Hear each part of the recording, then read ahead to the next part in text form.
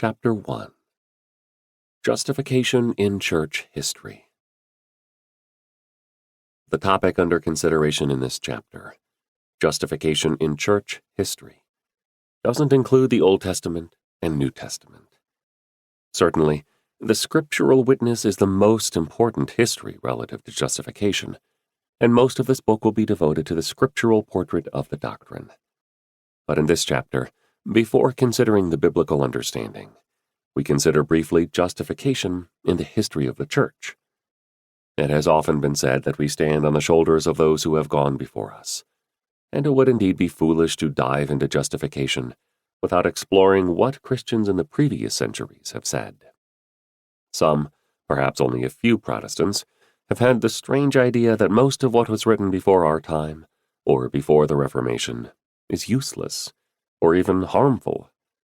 A moment's reflection should shake us out of such a mistaken notion.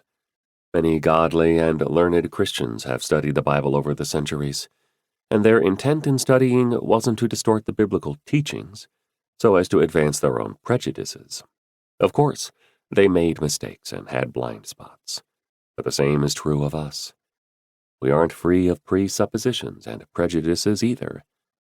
We don't venerate our ancestors in the faith, as if they are infallible guides to the meaning of the Scriptures, and of justification in particular.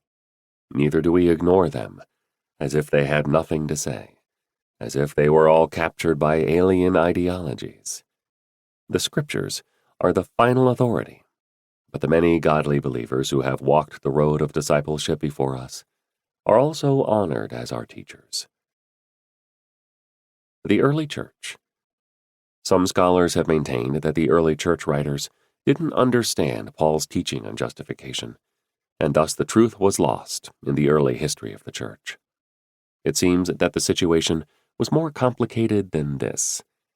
When we actually look at the evidence, we have a number of affirmations of justification by faith, and in some cases, even of justification by faith alone.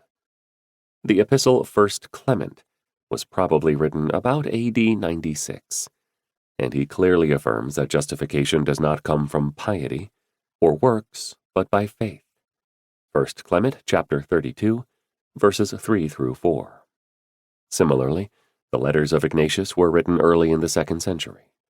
He doesn't feature the word justification, but the concept is present, as he emphasizes the grace of Christ in his death and resurrection, finding his hope in God's mercy.